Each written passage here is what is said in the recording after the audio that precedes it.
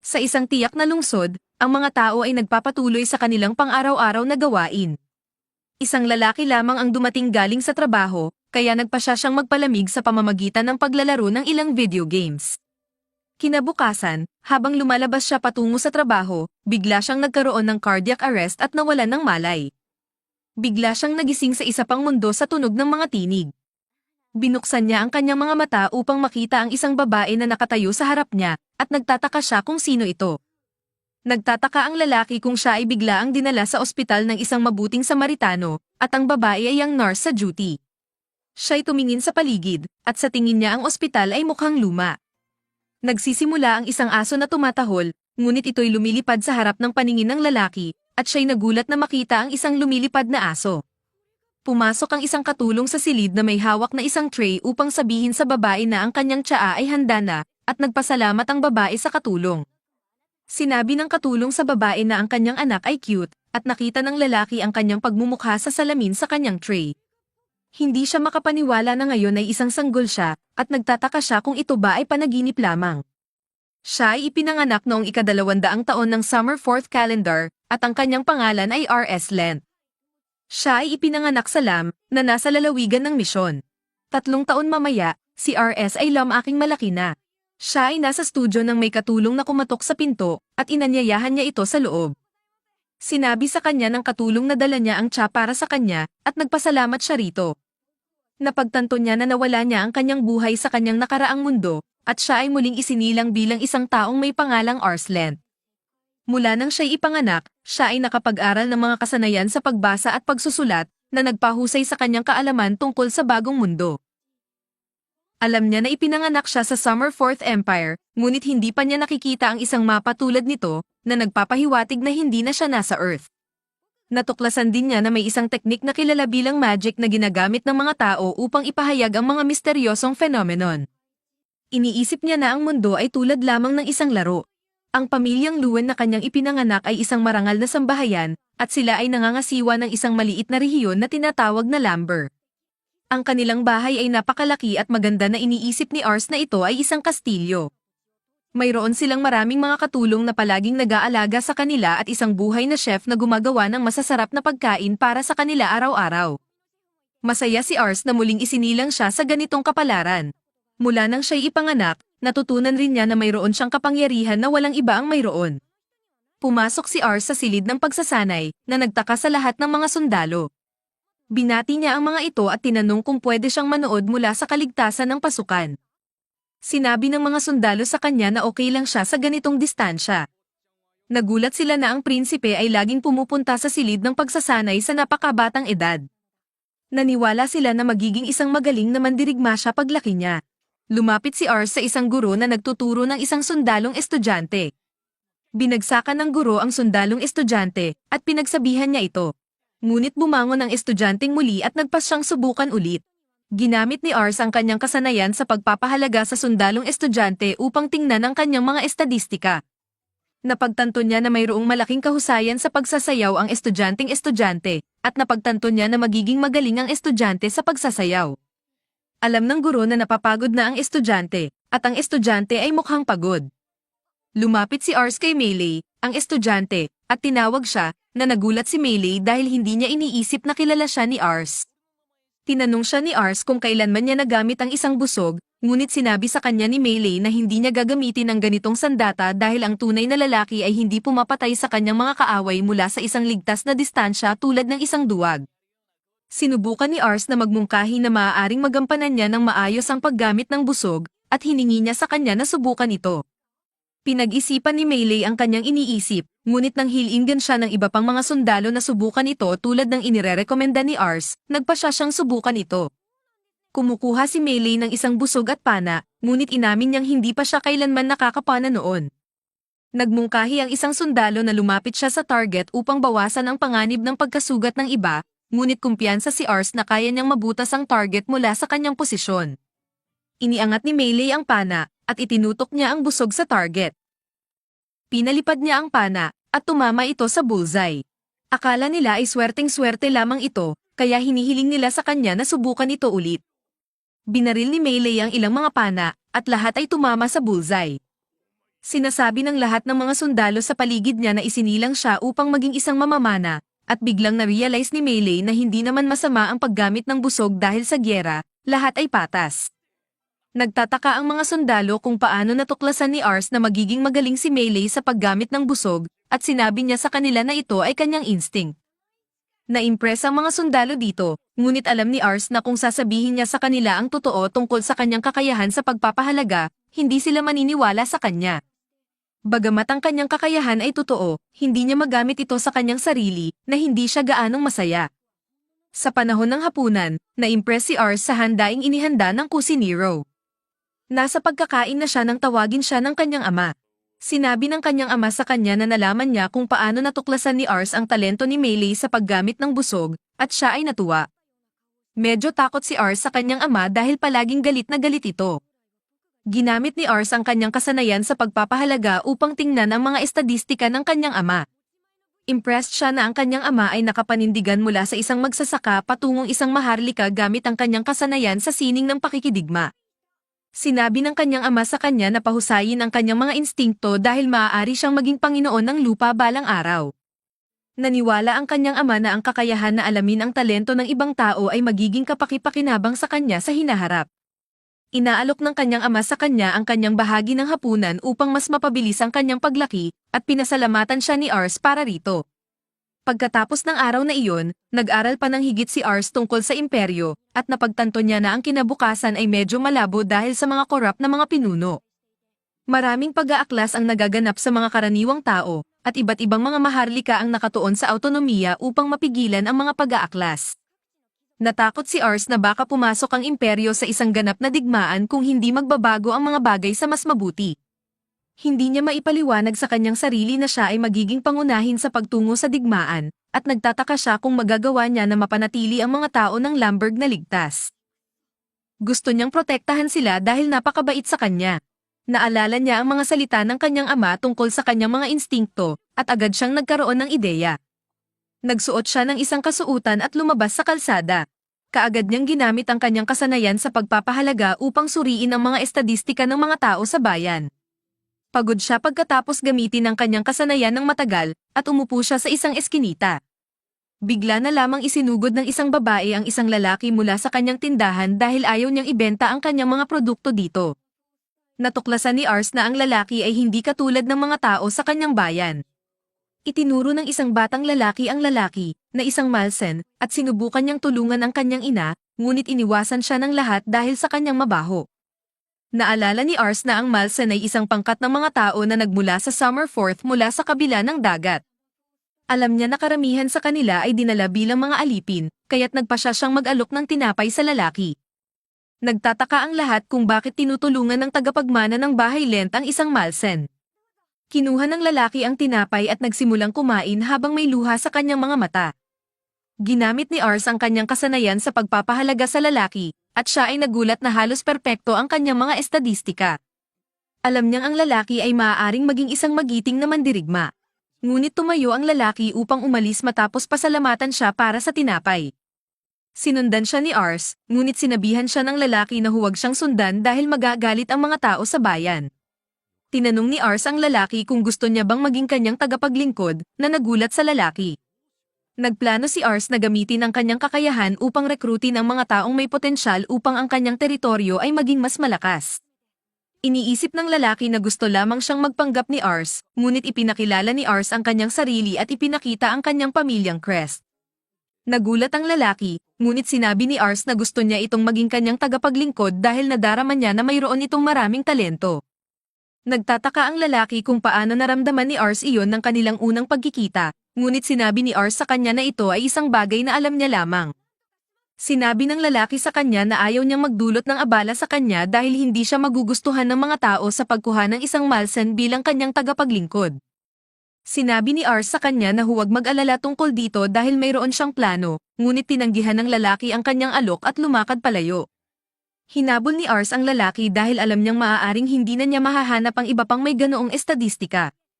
Kumukulo ang tiyan ng lalaki, at nagpasya si Ars na gamitin ito bilang pabor. Sinabi niya sa lalaki na mayroon silang kusinero na makagagawa ng isang buong piyesta ng mga pagkain na tiyak na magugustuhan niya. Huminto ang lalaki sa kanyang paglalakad, at nagpasya siyang sundan si Ars pauwi. Dinala siya ni Ars sa kanilang tahanan, at hindi niya maipaliwanag kung totoo nga na si Ars ay ang anak ng Panginoon. Inihain sa kanila ng kusinero ang ilang pagkain, ngunit pinagbigyan ng mas maliit na porso ang lalaki dahil siya ay isang Malsen. Pinagsabihan ng Malsen na umalis sa kanilang bahay kaagad pagkatapos ng kanyang pagkain, at napagtanto ni Ars na ang diskriminasyon laban sa mga Malsen ay lubhang malalim. Napagtanto niya na hindi niya magagawa na kumbinsihin ang mga katulong na palabesan ito, kaya't nagpasya siyang hatiin ang kanyang pagkain sa lalaki, na nagulat ang lahat. Nagpasya ang mga katulong na maglingkod ng mas magandang putahe sa lalaki, at kumain ito hanggang sa mabusog. Nagtataka si Ars kung ano ang ginagawa ng Malsen sa nayon, at sinabi ni Wraith sa kanya na dating miyembro siya ng isang pangkat ng mga mandirigma. Sinabi niya kay Ars na nagwatak-watak sila pagkatapos mawala ang karamihan sa kanila, at siya ay naglalakbay mula noon. Nagtataka si Ars kung bakit hindi siya sumali sa ibang pangkat ng mga mandirigma, at sinabi ni Wraith sa kanya na hindi siya nakuha dahil wala siyang anumang mga pagkilala sa kanyang pangalan. Nagmungkahi ang katulong na oras na para kay Wraith na umalis, ngunit sinabi ni Ars sa kanila na dinala niya si Wraith sa bahay upang gawin siyang kanyang tagapaglingkod. Sinabi ng mga katulong na hindi papayagan ni Lord Raven iyon, ngunit dinala pa rin ni Ars ang bagay sa kanya. Sinabi sa kanya ng kanyang ama na hindi dapat tinatanggap na gawing tagapaglingkod ang isang Malsen, ngunit sinabi ni Ars sa kanya na sayangin nila ang potensyal ni Wraith kung itatapon nila ito. Pinapaalala sa kanya ng kanyang ama na ang mga Malsen ay mas mababa sa kanila, kaya't walang Malsen ang maaaring magkaroon ng anumang espesyal na talento. Nalulungkot si Ars na naniniwala ang kanyang ama sa karaniwang impormasyon tungkol sa mga Malsen, ngunit sinusubukan niyang kumbinsihin ito ng iba. Humihiling siya sa kanyang ama na subukin si Wraith kung gusto niya, at nagtataka ang kanyang ama kung bakit siya tiwala sa talino niya. Naalala ng kanyang ama na natuklasan niya ang galing ni Melee, at nagpasya siyang subukin si Wraith sapagkat ipinipilit ni Ars. Sinabi niya kay Ars na iaasawa niya si Wraith bilang isang sundalo kung mapatunayan na may talento siya, at nagpasalamat si Ars sa kanya para dito. Sinabi sa kanya ng kanyang ama na ang pagsusuri ay magiging isang simaladong laban sa pagitan niya at ni Wraith, at iaasawa si Wraith kung magtagumpay ito sa pagtatalo. Sinusubukan ni Ars na kumbinsihin ang kanyang ama na si Wraith ay hindi kaya niya dahil siya ay bata pa, ngunit binabanggit sa kanya ng kanyang ama na sinabi niya na may talento si Wraith. Nagpa siya ang kanyang ama na bigyan si Wraith ng kahinaan upang tugunan ang pagkakaiba sa husay, at sinabi sa kanya na maaari silang magpatuloy dahil nauunawaan niya ang mga kondisyon. Lumabas sila ng silid, at nagtataka si Wraith kung bakit pinipilit ni Ars na gawin siya bilang tagapaglingkod. Iniisip niya na nagpapakita si Ars ng awa sa kanya, ngunit nagtataka si Ars kung hindi ba niya gustong maging kanilang tagapaglingkod. Sinasabi niya sa kanya na pwede niyang kanselahin kung gusto niya, ngunit sinasabi ni Wraith sa kanya na ito ang pinakamahusay na alok na natanggap niya sa kanyang buhay. Iniisip niya na hindi kapanipaniwala ang alok dahil karaniwan ay pinagmamalupitan ang mga Malsen kahit saan sila pumunta. Sinasabi ni Ars sa kanya na kailangan niya ito dahil magiging Panginoon siya ng lupain isang araw, at kailangan niya si Wraith sa kanyang tabi. Siniguro ni Wraith sa kanya na gagawin niya ang kanyang makakaya. Pumasok si Wraith sa silid ng pagsasanay, at napagtanto ng mga sundalo na siya ay isang Malkol. Hiniling ng ama ni Ars si Melee na ihanda ang kanilang mga tibak habang si Gratz ay nagdadala ng hourglass. Sinasabi niya kay Wraith na pumili ng isang tibak, at sinasabi niya sa kanya na kung makakagawa siya ng isang tamaan sa kanya bago magtapos ang oras, siya ay panalo. Iniisip ni RS na may pabor kay Wraith ang mga pagkakataon. Sinabi ng ama ni Ars kay Wraith na ipakilala ang sarili bago sila magduelo, at pagkatapos na gawin ito ni Wraith, nagpakilala siya bilang Lord Raven. Nagumpisa ang duelo, at si Lord Raven ang unang sumalakay, ngunit nakaligtas si Wraith sa oras. Napaniwala siya na kahit gamit ang mga practice sword, ay tiyak na siyang mabibiyak sa dalawa. Nagpapatuloy ang laban, at napagtanto ni Ars na wala ng pag-asa si Wraith, ngunit nagulat ang mga sundalo na kaya niyang ipagtanggol ang sarili laban kay Lord Raven. Bagamat nakakasabay si Wraith kay Lord Raven, hindi niya ito matamaan. Sumalakay si Lord Raven na nagpabagsak sa kanya, ngunit bumangon siya muli. Binabalaan siya ni Lord Raven na may kaunting oras na lamang siya, at naalala ni Wraith ang sinabi ni Ars na kailangan siya. Nagpasya siyang pamukol ng husto, at dali-daling lumapit kay Lord Raven. Siya ay nag-slide at pagkatapos ay gumamit ng sikat ng araw para sa kanyang pakinabang upang subukan tamaan si Lord Raven, ngunit ito ay naiwasan sa tamang oras. Inianunsyo ni Lord Raven na tapos na ang laban, ngunit bumalik si Rates upang makita na patuloy pa rin ang pagtatakbo ng Hourglass.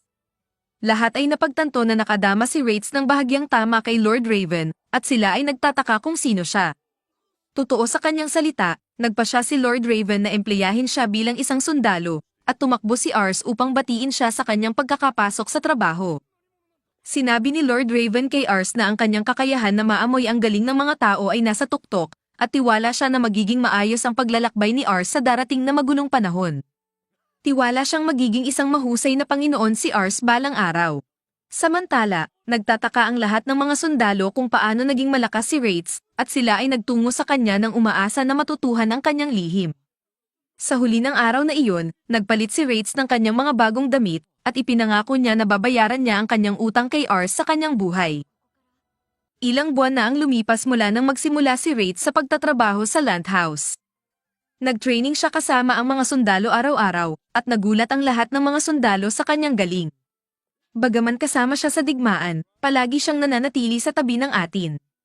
Sumirit ang kanyang talino pagkatapos niyang simulan ang pag-aaral, at matapos ang ilang panahon, ginamit ni Ars ang kanyang kakayahan sa pagpapahalaga sa kanya.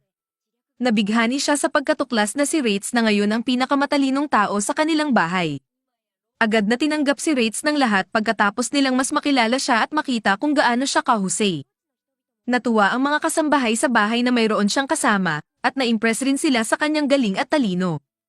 Lalapit si Rates kay Ars, at hihingi siya sa kanya ng bagong aralin para sa araw na iyon. Pumapayag si Ars na tulungan siyang mag-aral. Pinapaalala ni Rates kay Ars na ang kanilang nakaraang aralin ay tumatalakay sa mga gawain ng Summer Fourth Empire na layuning pagbuklurin ang 7 orihinal na bansa. Naalala ni Rates na sinabi ni Ars sa kanya na ang Enel, na geographical na hiwalay mula sa ibang rehiyon, ay sangkot sa mga komersyal na gawain sa mga rehiyon sa labas ng Summer Fourth. Ginawa nila ito upang magkaroon ng sapat na kapangyarihan upang sakupin ang iba pang mga kaharian sa rehiyon ng Summer Fourth. Matapos masakop ng Enel ang iba pang mga rehiyon, inihayag ng hari ng Enel ang kanyang sarili bilang emperador, at pinangalanan niya ang rehiyon na Summer Fourth. Ito ay 203 taon na ang nakalilipas, at kinumpirma ni Ars ang lahat ng kanyang sinabi. Patuloy si Rates, na sinasabi na ang kasalukuyang Summer Fourth Empire ay nasa pagbagsak dahil ang kasalukuyang emperador ay 8 lamang ang taong gulang. Ito ay nangangahulugang ang kanyang mga baliwala ang mga tunay na may kapangyarihan, dahil ang emperador ay masyadong bata pa upang mamahala ng mag-isa. Ito ay nagdulot ng katiwalian sa pamahalaan, na nagbunga ng mga pag-aaklas sa buong bansa. Ito ay nagpabiya sa mga duking bawat duchy na talikuran ng imperyo bilang isang kabuuan at mag-focus sa autonomiya. Bagaman ang kasalukuyang digmaan ay hindi gaanong matindi, naniniwala si Ars na magkakaroon ng mas matinding tunggalian sa hinaharap. Dahil ang kanyang ama ay sa pilitang nakikipaglaban na sa kasalukuyang tunggalian, nagpasya si Ars na gamitin ang kanyang kakayahan upang tipunin ang mga magagaling na talento at ihanda sila para sa labanan. Bagaman umaasa siyang hindi magkaroon ng digmaan sa hinaharap, nagtatanong si Ars kung saan magmumula ang digmaan sa hinaharap, at sinabi ni Rates sa kanya na malamang na magsimula ito mula sa rehiyon ng misyon. Binabalita niya kay Ars na ang duke ng duchy ng misyon ay napakatanda at malamang na malapit ng mamatay. May 2 anak ang duke, at bagaman ang panganay ang dapat na magtagumpay sa kanya, kapag nangyari ito, tila mas may kakayahan ang mas bata na anak. Nag-aalala ang duke kung sino ang pipiliin bilang kanyang tagapagmana sakaling siya'y pumanaw. Tiyak si Rates na magkakaroon ng digmaan kung ang duke ay mamatay bago niya maipasya ang kanyang tagapagmana. Tiwala rin siya na magkakaroon ng digmaan kahit na magpasya ang duke, dahil pareho ang mga anak na uhaw sa kapangyarihan. Hindi makapaniwala si Ars sa kanyang narinig, at nagtatanong siya kung sino ang kanyang ama ay kakampi kung mangyayari ang ganitong pangyayari. Sinabi ni Rates sa kanya na malamang nakakampi ng kanyang ama ang panganay na anak, ngunit alam niya na hindi ang kanyang ama ang magpapasya. Naisip ni Ars na ang kanyang ama ay hindi direktang baliwala ng duke ng duchy ng misyon dahil siya ay isang baliwala ng pangulo ng Kenner, kung saan kasama si Lamberg. Natanto ni Ars na ang kanyang kakayahan sa pagpapahalaga ay maaaring maging kapaki-pakinabang sa pagpapasya kung sino ang susuportahan kung sakaling magkaroon ng digmaan. Nag-aalala si Ars dahil bagaman buhay pa ang kanyang ama, siya ay isang bata lamang, at dahil sa tanging kayang tansyahin niya si Rates, hindi niya nais na malagay ang kanyang ama sa kakaunti. Sinabi ni Rates kay Ars na ang isang Panginoon ay maaaring umangat sa ranggo kung sila ay maglaro ng malaking bahagi sa isang aktibong digmaan. Nakikita ni Rates ito bilang isang dahilan para sa kanila na patuloy na gawin ang kanilang makakaya upang palakasin ang kanilang lakas, at kanya ring pinatibay kay Ars na palagi siyang magiging nariyan upang protektahan siya. Napagtanto ni Rates na kailangan nilang maghanap ng mga may kakayahan, at humihingi siya ng tulong kay Ars. Pumapayag si Ars na tulungan siya sa paghahanap ng mga magagaling na tao, at pangako ni Rates na sasamahan siya. Lumalabas sina Ars at Rates mula sa kanilang pamilyang tahanan, at nagulat si Ars na makita ang kanyang ama na nag-iensayo. Napansin niya na kamakailan lang ay nagpapraktis ang kanyang ama ng eskrima, at nagtataka siya kung alam ng kanyang ama na may digmaan na maaaring sumiklab. Nakapansin si Lord Raven kay Ars, at nag-aalala kung papunta si Ars sa bayan. Ipinaalam ni Ars sa kanya na pupunta siya para humanap ng mga magagaling na talento, at payo ng kanyang ama sa kanya na mag-ingat at humanap ng isang mahusay sa mahika. Napagtanto si Ars ng kanyang ama, ngunit sinabi sa kanya ni Lord Raven na ang mahika ay magiging kapaki-pakinabang sa paparating na digmaan. Hindi gaanong magaling sa mahika si Lord Raven, at alam niya na maraming baliwala ang mayroong mahika ngunit hindi gaanong magaling dito. Napagtanto ni Rates na mayroong mga pagkakataon na ang isang ganoong mahiko ay maaaring baguhin ang takbo ng digmaan. Naalala ni Ars ang isang pagkakataon na nagamit niya ang mahika dahil hiningi ito ng kanyang ama.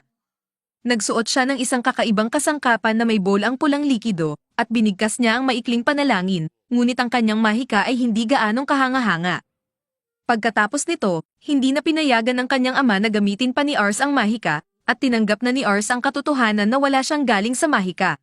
Sinabi ni Lord Raven na umaasa siya kay Ars na makahanap ng isang tao na may galing sa mahika, at nangako si Ars na gagawin ang kanyang makakaya.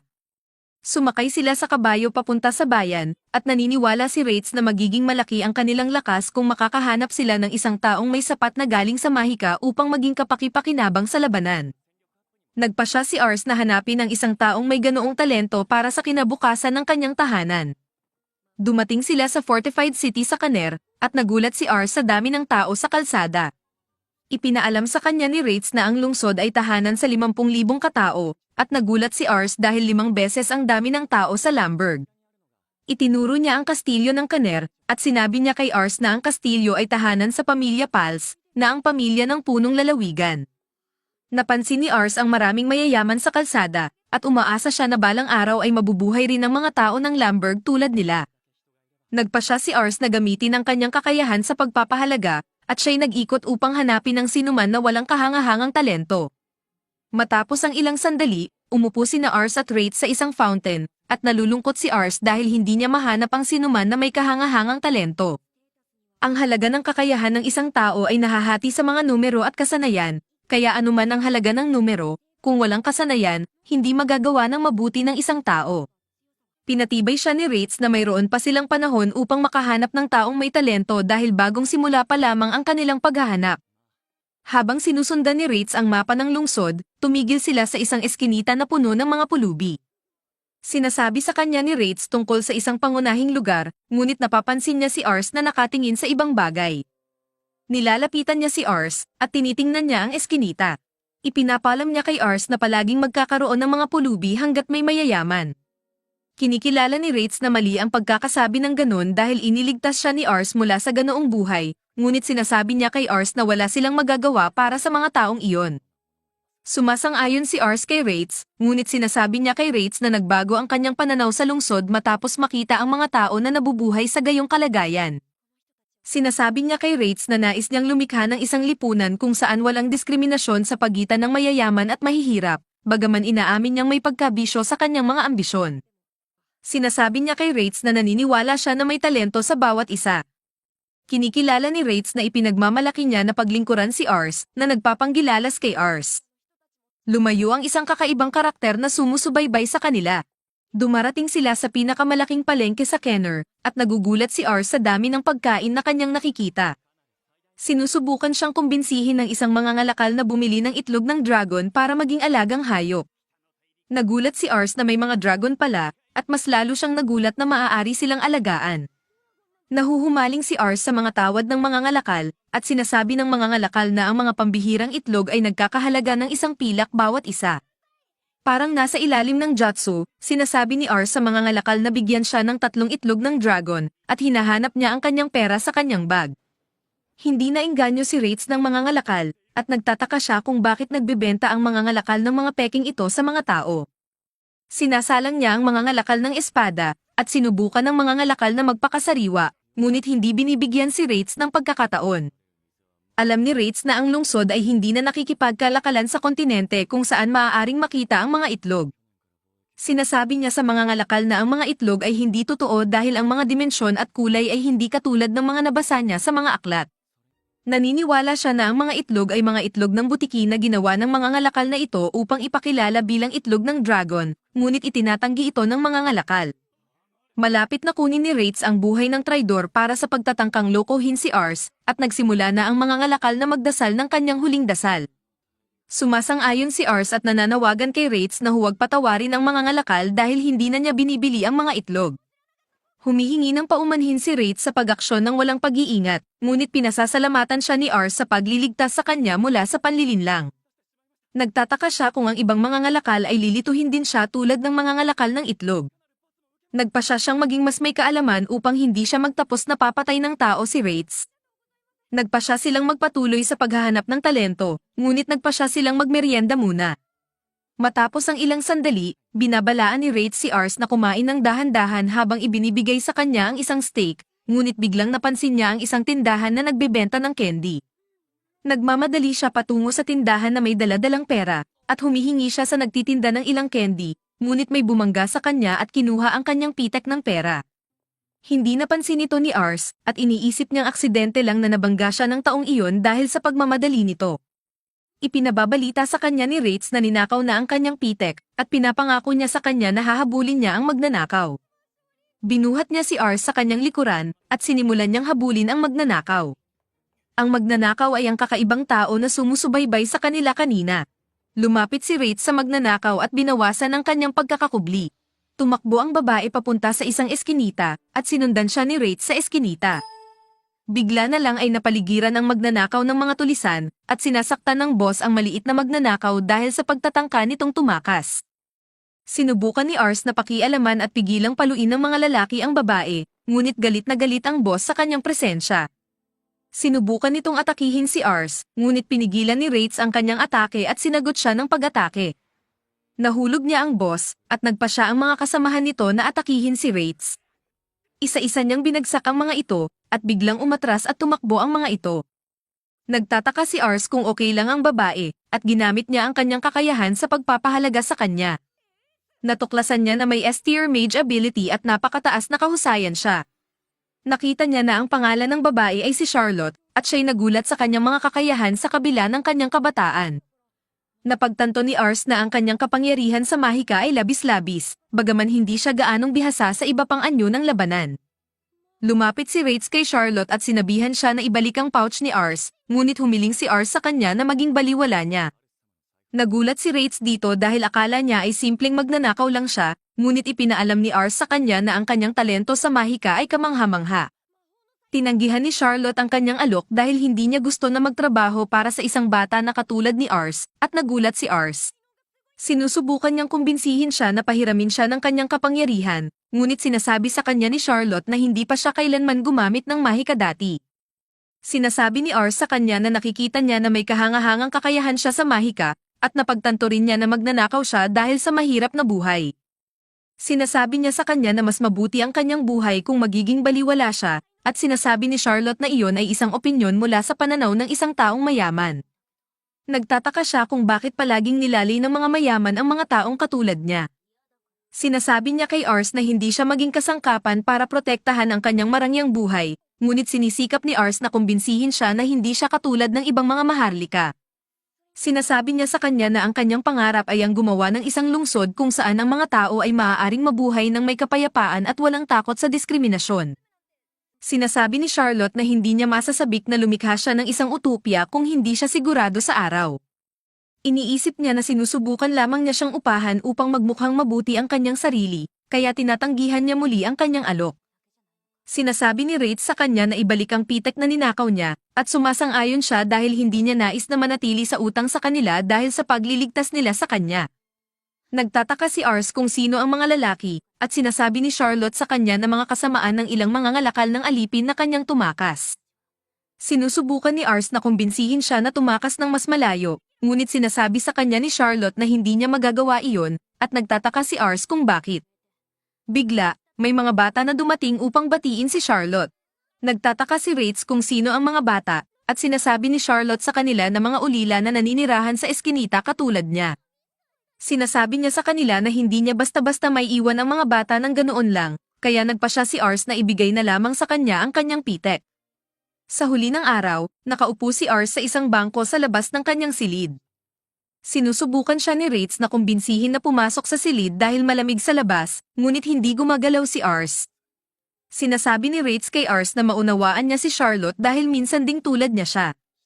Ipinababalita niya kay Ars na malamang ay dumana si Charlotte sa mga kamay ng mga maharlika, at iyan ang dahilan kung bakit niya iniisip na pare-pareho ang lahat ng maharlika. Pinatitibay niya si Ars na siya'y kaiba, ngunit sinasabi ni Ars sa kanya na inabuso niya ang kanyang pribilehiyo. Sinasabi ni Ars kay Rates na tama si Charlotte tungkol sa kanya. Bigla, nakikita niya ang mga ulila na tumatakbo sa mga kalye at tumatawag kay Charlotte. Lumabas si Ars upang salubungin sila, at ipinaalam nila sa kanya na nahuli si Charlotte. Inihagis ng mga kawatan si Charlotte sa lupa sa kanilang tahanan, at sinaktan siya para gawing mas mahirap ang kanilang mga trabaho. Patuloy nila siyang sinasaktan, ngunit nawalan na si Charlotte ng pakiramdam, na nakakainis sa mga kawatan dahil hindi siya umiiyak o humihingi ng tulong sa sinuman. Binalaan ng pinuno ng mga kawatan ang kanyang mga tauhan na tigilan ang pagsasaktong kay Charlotte dahil mayroon na siyang bibili, at ayaw niyang masira ang mukha nito. Ininform niya sila na ayaw niyang maapektuhan ang relasyon nila ng kanyang mamimili, at pumayag naman ang mga kawatan na itigil ang pagpapahirap kay Charlotte. Biglang napansin ng mga ito ang isang bag sa tabi ni Charlotte, at iniisip nilang isa ito sa mga ninakaw niyang bag mula sa mga tao sa kalsada. Kinuha nila ang bag, at napagtanto nilang may laman itong malaking halaga ng pera, ngunit agad na kinuha ni Charlotte ang bag at sinubukang tumakas. Hinabol ng mga kawatan siya at pinigil siya, subukang patunayan na hindi siya makakalayo sa kanila. Naalala ni Charlotte ang mga mukha ng mga bata sa kanyang pangangalaga at lahat ng mga bagay na magagawa ng pera sa bag para sa kanila. Inaabisuhan siya ng pinuno ng mga kawatan na wala nang silbi ang pagtakas dahil ang naghihintay lamang sa kanya ay isang buhay ng kahirapan. Sinusubukan niyang kumbinsihin siya na tanggapin ang kanyang bagong realidad at ilagay ang buong sisi sa kanyang mga magulang na iniwan siya, ngunit biglang bumagsak ang kawatan na nag-aabang sa pinto. Nag-iba ang pinto, at nagtataka ang mga kawatan kung sino ang nakikialam sa kanilang negosyo. Pumasok si Ritz sa silid, at nakilala siya ng kawatan mula sa kanilang laban sa eskinita. Sinubukan ng mga kawatan na talunin si Ritz, ngunit siya ay nanghuhuli ng sinumang dumating sa kanya. Nagpa siya ang pinuno ng mga kawatan na pigilin ang natitirang mga kawatan na makipaglaban kay Ritz, at si Ars ay dumating, nagtatanong kung okay lang si Charlotte. Nagtataka siya kung ano ang ginagawa niya sa tahanan ng mga kawatan, at hindi makapaniwala ang pinuno ng mga kawatan na ang tiwala ni Ars ay sobrang matibay na kahit na siya ay pumasok ng walang kasamang bayad matapos sirain ang kanyang pinto. Ginamit ni Ars ang kanyang kakayahang appraiser upang ibunyag ang pangalan ng pinuno ng mga kawatan bilang si Albert, at nagtataka kung siya ba ay isang mangangalakal ng alipin. Nagulat si Albert na nakilala siya ni Ars, at napagtanto niya na si Ars ay isang nobyo. Iniutos ni Ars sa kanya na palayain si Charlotte, ngunit ipinaalam sa kanya ni Albert na hindi niya magagawa iyon dahil si Charlotte ay kanyang produkto. Sinubukan niyang ipaliwanag kay Ars dahil akala niya ay katulad siya ng ibang mga nobyo na bumibili ng mga alipin mula sa kanya. Lumapit si Ars sa kanya at sinabihan siya na hindi siya katulad ng ibang mga nobyo. Nagtatanong si Charlotte kung bakit siya tumatayo para sa kanya kahit na halos hindi pa niya kilala. Biglang itinanong ni Ars sa kanya kung bakit ang kanyang mga mata ay tila walang laman dahil iyon ang nasa isip niya mula nang unang makilala niya ito. Ginamit ni Ars ang kanyang kakayahan sa pag-a-appraise sa kanya, at napansin niya na ang kanyang ambition score ay 1. Nagtataka si Albert kung ano ang ibig sabihin ni Ars, at ipinaliwanag ni Ars sa kanya na ang ambisyon ng isang tao ay ang mga pangarap nito para sa sarili. Ito ay kumakatawan sa pagnanais na mag-improve at ang pag-asa para sa hinaharap. Ipinaliwanag ni Ars na si Charlotte ay sumuko na sa kanyang hinaharap, at kaya't ang kanyang ambition score ay 1 lamang. Nagtataka si Ars kung may isip ba ni Albert ang sinumang mas malungkot kaysa sa isang taong nawala ng lahat ng pag-asa para sa kanilang kinabukasan. Tumatawa itong lahatin dahil alam niyang si Charlotte ay isang alipin at ang mga alipin ay walang kinabukasan. Nagtataka si Ars kung bakit si Albert ay tumatawa samantalang dapat ay siya ay isang matanda na nagsusulong ng kinabukasan ng mga bata, ngunit pinili niyang angkinin ang sariling kinabukasan ni Charlotte. Naalala ni Charlotte kung paano siya nakaupo ng malungkot sa isang eskinita, sinusubukan na maalala ang huling pagkakataon na umiyak siya. Natanto niya na ang pag-iyak ay hindi nakakatulong sa kanya na malutas ang anumang bagay o magpabuti sa kanyang posibilidad na mabuhay. Binitawan ni Charlotte ang kanyang mga pangarap matapos niyang maunawaan na ang kapalaran ng mga tao ay itinatakda sa sandaling sila'y ipinanganak. Isinara ni Charlotte ang kanyang puso sa mundo upang pigilan sila na saktan siya sa pamamagitan ng kanilang nakakakilabot na tingin at kanilang mayabang na mga tingin. Sumama ang loob ni Charlotte sa pangangailangang magnakaw matapos niyang maunawaan na ang pag-iyak ay para sa mahina at mag-iiwan lang ito sa kanya na madaling maging biktima ng mundo. Nagpasya siyang mag-focus lamang sa pag-survive at gawin ang kanyang makakaya upang maging matatag para hindi niya kailangang umiyak kailanman.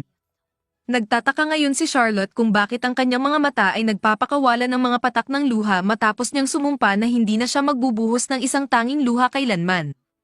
Isa sa mga kawatan ang hindi nagustuhan ang tono na ginagamit ni Ars para kay Albert, at nagpasya si Albert na tawagin ang higit pang kanyang mga alalay.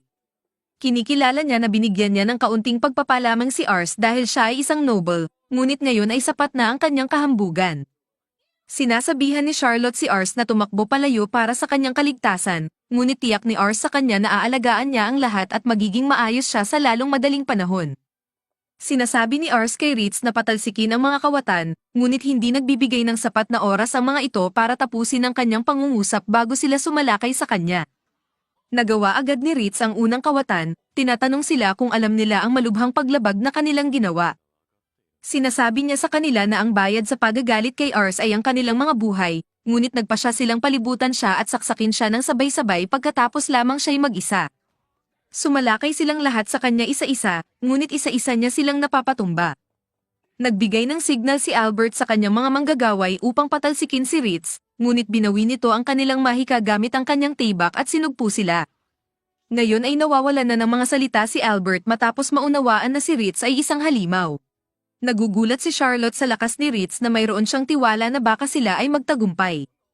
Nagtataka si Ritz kung tapos na ba si Albert o kung mayroon pa siyang mga taong handang isakripisyo para sa kanyang ego. Nagtawag si Albert ng kanyang lihim na sandata mula sa itaas, at lumabas ang napakalaking kawatan mula sa hagdanan, nagtataka kung bakit sobrang ingay ng lahat. Sinabi ni Albert sa kanila na dating kapitan sa hukbong Kenari ang napakalaking kawatan, ngunit siya'y pinaalis dahil sa masamang pag-uugali. Nagulat si Charlotte sa kahalagahan ng kawatan, at sinabi niya kay Ars na hindi nila ito kayang talunin.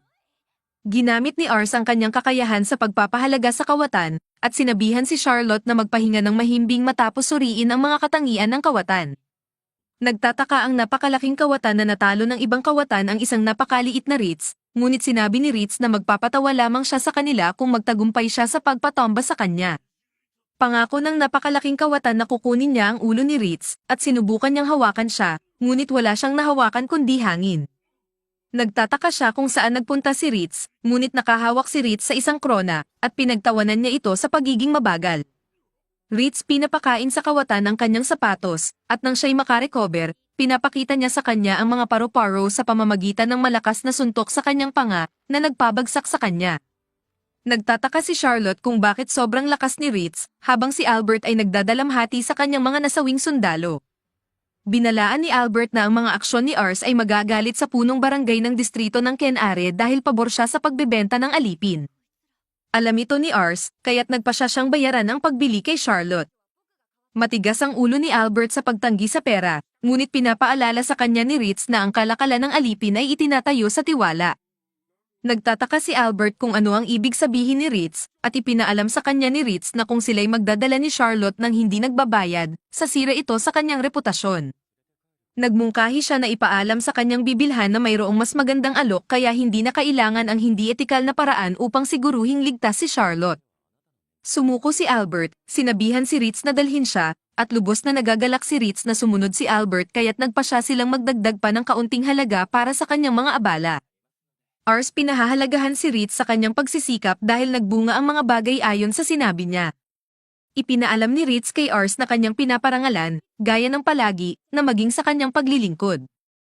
Silang dalawa ay lumakad patungo kay Charlotte at inaalok ni Ars ang kanyang kamay upang tulungan siyang bumangon para makabalik sa kanyang mga kaibigan na naghihintay para sa kanya. Sumang-ayon si Charlotte ng pilit, ngunit paglabas nila mula sa tahanan ng kawatan, ipinaalam ni Charlotte sa kanila na may isang lugar siyang gustong puntahan bago sila bumalik sa kanilang tahanan. Hinatid sila ni Charlotte sa isang makapal na gubat na nagpapagod kay Ars na hindi makapaghintay na makarating sa kanilang destinasyon. Nagugulat si Charlotte sa kung gaano ka-vulnerable tingnan ni Ars, ngunit pagkatapos ng maikling distansya, ipinaalam niya na sila ay dumating na sa kanilang destinasyon. Tumingin si Ars sa itaas upang makita ang magandang tanawin ng bayan mula sa isang bato, at ipinaalam ni Charlotte na iyon ang kanyang lihim na pook. Tuwing tinitingnan niya ang tanawin mula sa lugar, nawawala sa kanya ang lahat ng problema na inilalabas ng bayan. Lagi siyang pumupunta sa lugar upang tignan ang tanawin mula sa oras lamang upang mapanatili ang kanyang katinoan ng isip dahil gusto niya ang lugar. Nagtataka si Ars kung bakit ibinabahagi niya sa kanya ang kanyang espesyal na lugar, at ipinaalala sa kanya ni Charlotte ang tungkol sa kanyang pangarap na itayo ang isang bayan kung saan ang mga hindi privileged ay trinato gaya ng mga dugong bughaw. Nagtataka siya kung bakit mayroon siyang ganitong pangarap, at sinabi niya sa kanya na ito ay dahil gusto niya ang mga bata, isang pahayag na magdudulot sa kanya ng pagkakulong kung siya ay nasa kanyang nakaraang buhay. Nagtataka si Charlotte kung bakit niya sinasabi iyon kahit na siya ay bata pa, at naaalala ni Ars ang mga larawan mula sa kanyang nakaraang buhay. Ipinaalam niya sa kanya na ang ngiti ng isang bata ay maaaring magdulot ng kasiyahan sa isang tao kapag sila ay nalulungkot dahil ang ngiti ng isang bata ay puno ng pag-asa. Pareho nilang tinitingnan ang tanawin mula sa espesyal na lugar ni Charlotte sa huling pagkakataon. Kinabukasan, kasama ni Ritz at Ars ang mga bata habang sila ay naglalaro. Ang mga ulila ay nagsasalita tungkol sa kanilang mga pangarap para sa kanilang kinabukasan, at natutuwa si Ars na may pag-asa ang mga bata para sa kung ano ang maaaring dalhin ng hinaharap.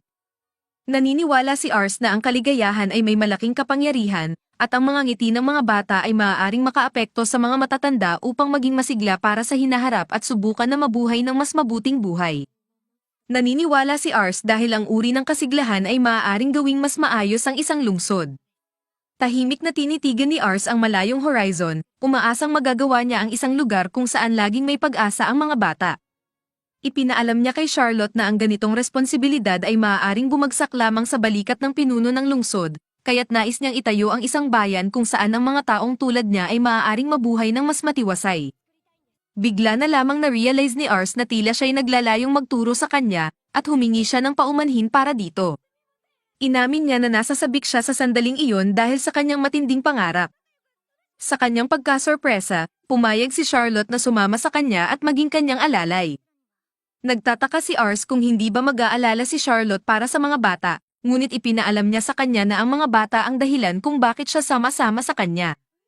Sinabi niya sa kanya na nais niyang magkaroon sila ng kinabukasan na katulad ng iniuulat niya, at nagpa siya si Ritz na patunayan ang kakayahan ni Charlotte sa mahika gamit ang isang magic item. Nagtataka si Ars kung saan niya nakuha ang item, at ipinaalam niya kay Ars na hiniram niya ito mula sa isang bahay na kanilang binisita. Ibinigay ni Ritz kay Charlotte ang magic item para matest ang kanyang mahika dahil gusto niyang makita ang kanyang kakayahan sa mahika para sa kanyang sarili upang lubos na tanggapin siya bilang kasamahan. Ikinumpirma ni Charlotte na ito ang unang pagkakataon niyang gumamit ng mahika, at hindi niya pa nga alam kung paano ihulma ang mga ito. Nagpa siya si Ritz na ipakita sa kanya kung paano ihulma ang isang spell habang tinitingnan siya ni Ars ng may kahihinatnan, nagtataka kung ano ang kayang gawin ng isang may S-rank na kasanayan. Ipinaalam sa kanya ni Ritz na handa na siya, at sinabi niya ang ensaktasyon na sinabi ni Ritz sa kanya. Biglang nagmanifest ang isang malaking fireball sa kanyang nakaabang na palad, at isang ningas ang sumirit sa himpapawid, na nagdulot ng pagkagulat kina Ritz at Ars. Ang mga tao sa bayan ay nagulat din sa sumpa. Bumagsak ang magic item mula sa sobrang dami ng mahika, at masaya si Charlotte sa lakas ng kanyang sumpa. Namangha si Ars sa kapangyarihan ni Charlotte, habang labis na nadidismaya si Ritz sa kanyang mahika na halos hindi niya nagawang magbigay ng papuri mula sa kanyang bibig. Nagtataka si Charlotte kung makakakuha siya ng pagkain at tirahan kapag naging alalay siya ni Ars. Sinabi niya sa kanya na makakakuha siya ng lahat ng iyon, kasama na ang buwan ng sahod, ngunit hiningi niya sa kanya na ipadala ang kanyang sahod sa mga bata dahil mahihirapan silang mabuhay nang wala siya. Ipinaalam niya na ang lahat ng kailangan niya ay pagkain at tirahan lamang, at nangako si Ars na ibibigay ang kanyang sahod sa ampunan.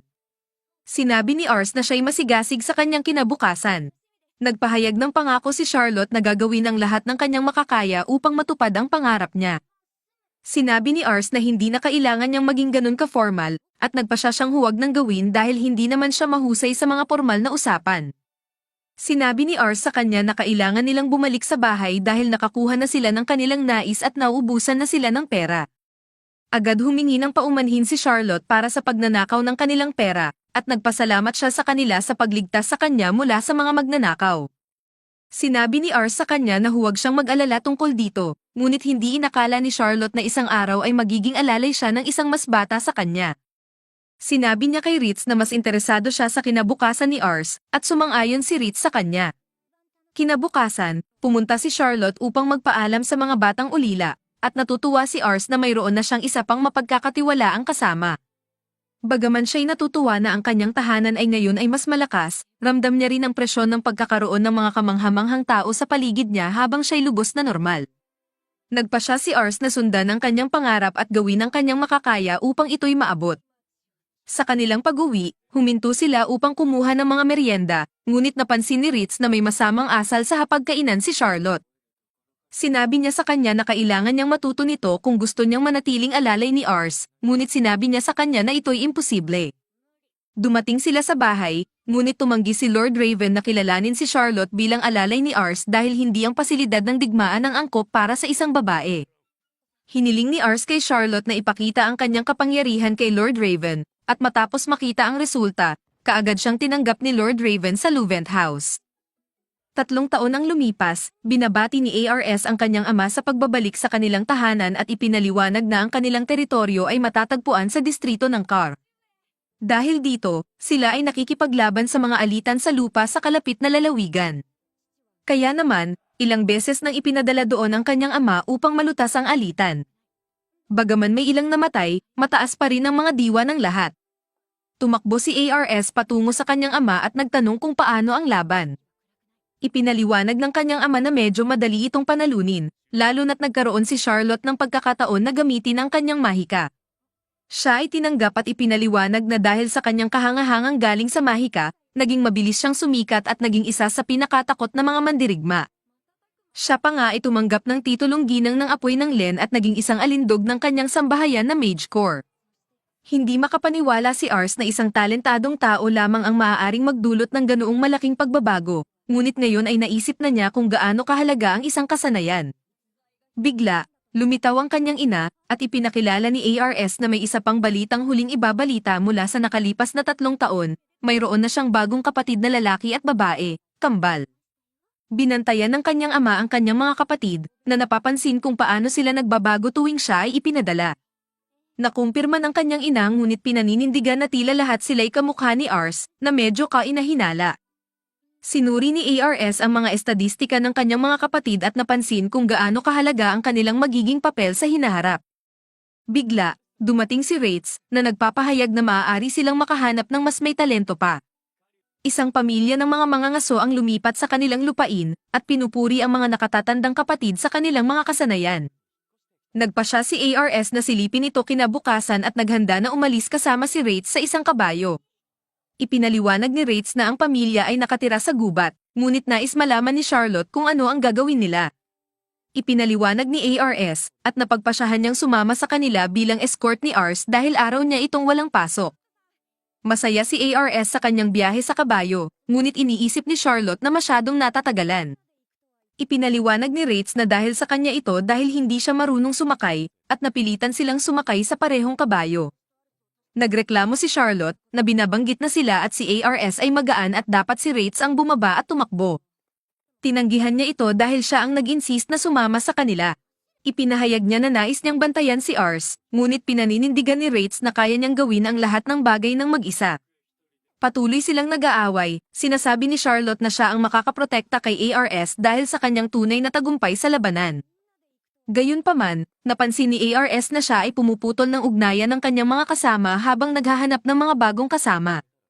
Habang nagpapatuloy sila, nakakita sila ng isang baboy ramon na dumaan ngunit binaril ng isang arrow. Sila ay namangha sa kanilang nakita at napansin ang dalawang nabanggit na mga kapatid. Pinupuri ng mga kapatid ang isa't isa habang tinatawag ang kanilang kalaban. Ipinaliwanag ni Rates na marahil sila ang mga hinahanap nila. Pagkatapos mapansin ang grupo, humihingi ng paumanhin ang mga kapatid dahil hindi nila sila napansin, at ginamit ni ARS ang kanyang kasanayan upang suriin ang kanilang estadistika. Ang kanilang husay ay nasa gitnang 60s, na may A-rank na kakayahan si G2 para sa infantry habang si Marcus naman ay may A-rank para sa pagbabaril. Nagtanong ang mga kapatid kung ano ang kanilang ginagawa roon, at sinabi ni ARS na narito siya upang humiling ng isang bagay. Hinatid nila ang grupo sa kanilang bahay, at nagbigay ang kanilang ama sa kanila ng malaking hapunan. Humihingi ng paumanhin ang matandang lalaki dahil ito'y hindi gaanong magarbo, ngunit agad na kumakain si Charlotte. Nagtanong siya kung anong klaseng karne ang iyon, at ipinaliwanag ni G2 na ito'y ang baboy Ramon na kanilang nahuli kanina. Ipinaliwanag niya na mahirap silang mahuli dahil maliit at mabilis, ngunit masarap ang kanilang laman.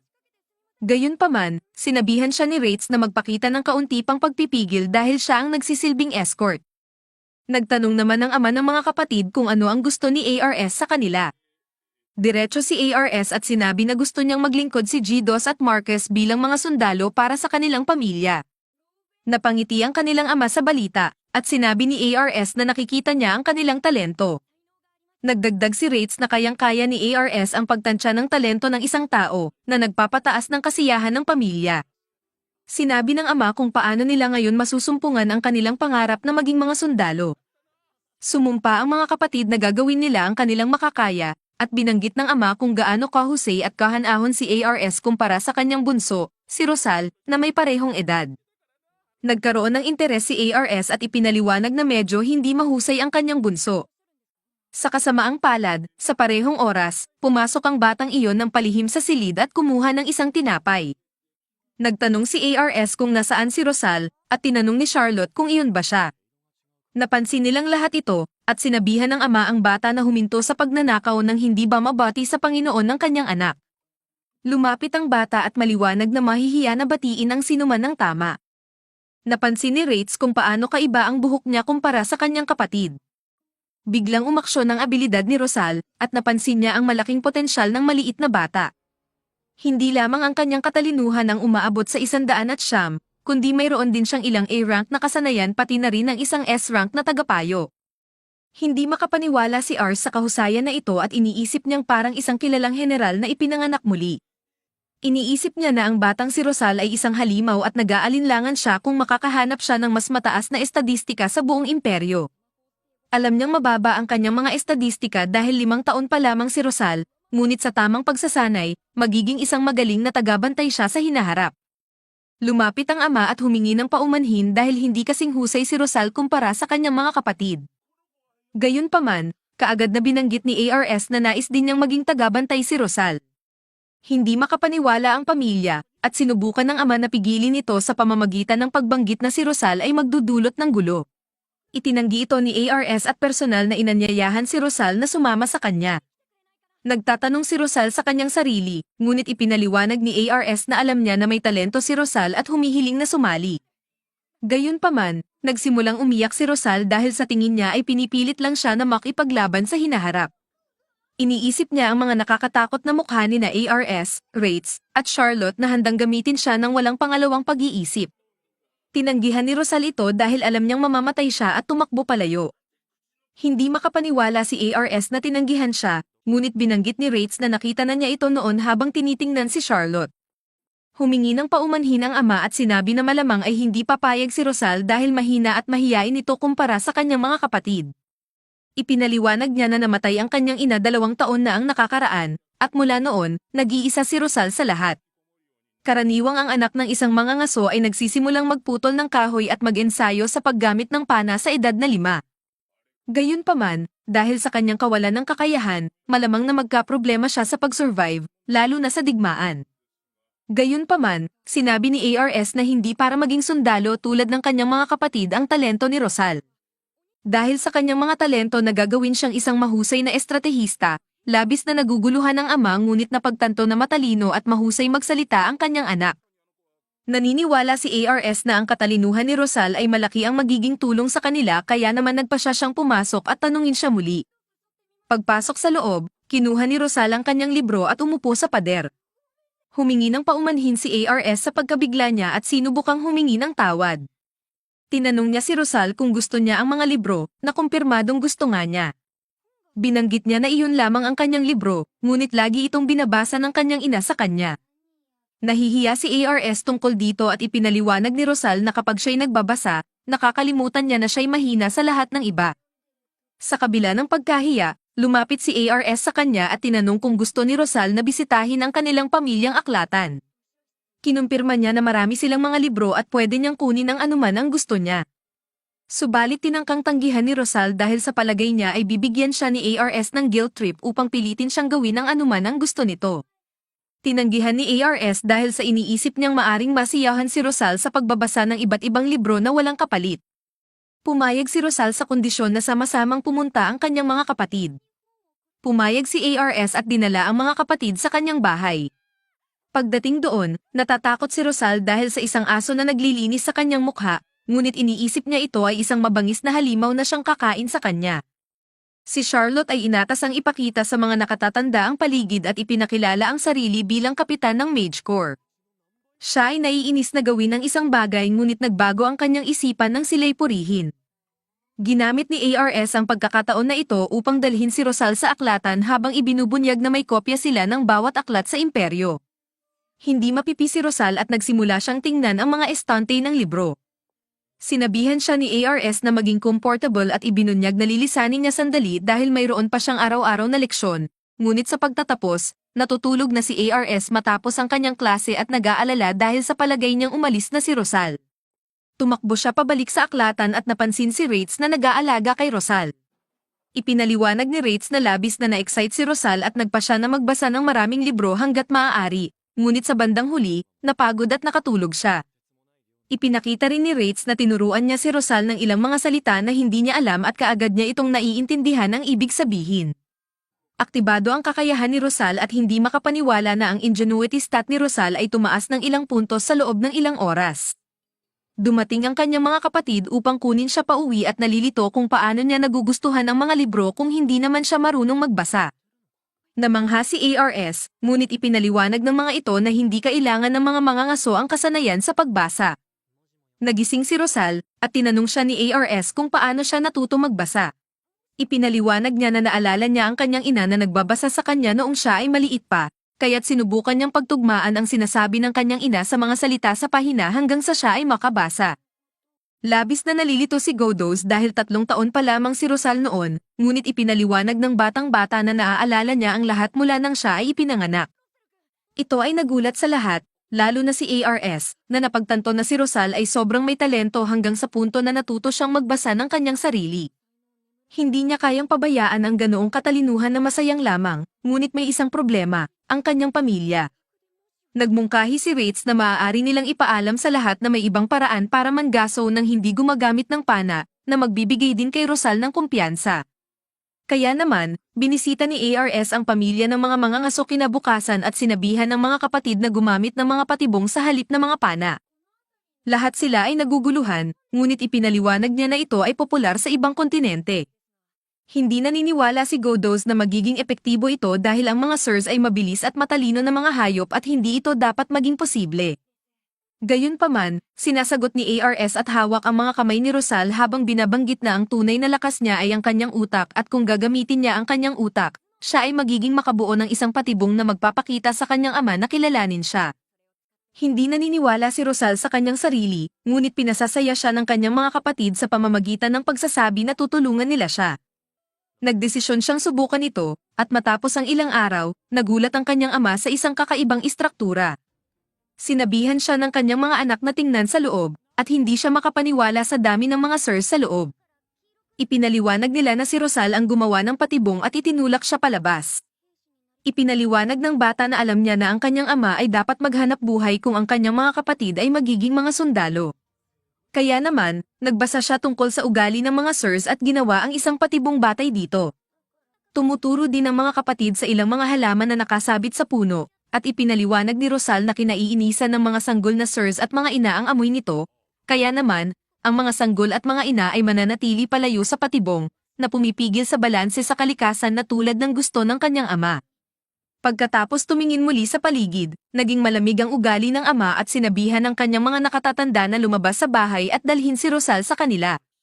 Pagkatapos ay hiningi niya kay ARS na alagaan si Rosal. Lumakad palayo ang matandang lalaki na nagpaparamdam kay Rosal na parang siya ay kinamumuhian. Sinubukan ni Rosal na lumayo dahil sinabihan siyang umalis, ngunit sinabi ni ARS sa kanya na bumalik sa kanilang tahanan dahil marahil ay mayroong dahilan ng kanyang ama. Sa gabi, iniisip ni Rosal na kinamumuhian siya ng kanyang ama dahil nagkasakit ang kanyang ina pagkatapos siyang ipinanganak, mamamatay ito, at pinaniniwala niya na kinamumuhian siya ng kanyang pamilya at itinuturong siya ang dahilan ng kanyang pagkamatay. Ito ang dahilan kung bakit siya nagpapakulong sa kanyang kwarto.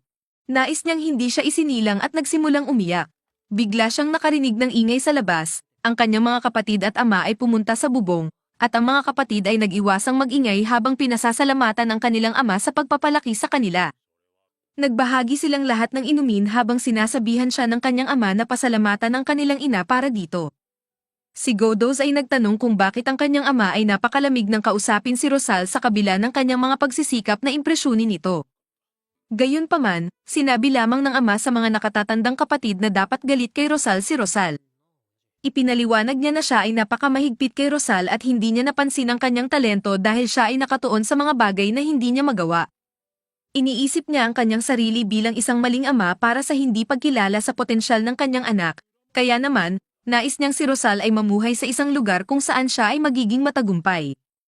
Ang problema ay na si Rosal ay mabait tulad ng kanyang ina at mahalaga sa kanilang pamilya, kaya naman, nagpa siya ang ama na gawin si Rosal na mapanira at may galit sa kanya, pilitin siyang umalis. Nagsisimula ng umiyak ang ama at nananawagan sa kanyang mga anak na suportahan si Rosal at huwag silang mabaaygo tulad niya. Nakikinig si Rosal sa kanilang usapan at umiiyak. Kinabukasan, pumunta sina ARS at Rates upang sunduin ang lahat, at baliwalain ni Rosal ang kanyang ama, nagpa siyang umalis ng walang paalam. Malungkot ang kanyang ama ngunit nagpa siya itong mag-focus sa pagputol ng kahoy.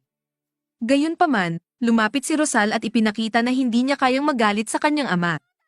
Kinumpirma niya na wala siyang silbi sa bahay, ngunit mag-aaral siya sa ilalim ni ARS at magiging lubos na kapakipakinabang sa hinaharap. Nagsimulang umiyak siya at nagtanong kung pwede silang mabuhay muli ng magkasama kapag dumating ang araw na iyon. Lumingon ang kanyang ama na umiiyak at sinabi sa kanyang pinakabatang anak na hihintayin niya ito. Lumingon ang mga nakatatandang kapatid kay ARS at nagpasalamat sa kanya sa pagtanggap sa kanilang buong pamilya bilang mga alipin. Gayunpaman, ipinahayag ni ARS na siya lamang ay nag-aalala sa mga taong naninirahan sa kanyang teritoryo at masaya siya sa pagkakabuo ng kanilang pamilya. Pagkatapos, nagpahayag ng katapatan ang tatlong mga kapatid at pangako na maging kapakipakinabang sa hinaharap.